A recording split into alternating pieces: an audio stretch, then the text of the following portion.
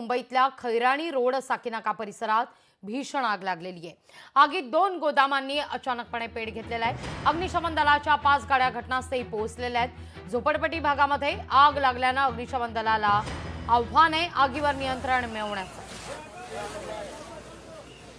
अधिक माहिती घेतोय आपले प्रतिनिधी भूषण शिंदे यांच्याकडून। भूषण, काय अधिक माहिती या सगळ्या संदर्भात?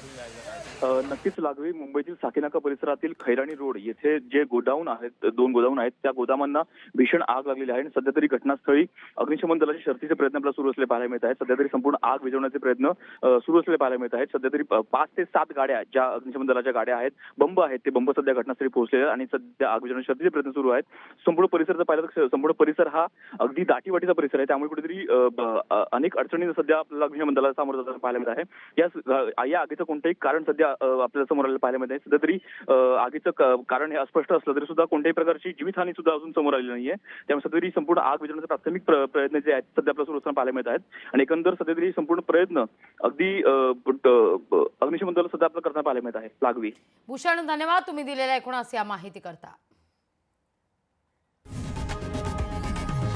लोकशाही मराठी ऐका, पहा, जागरूक रहा।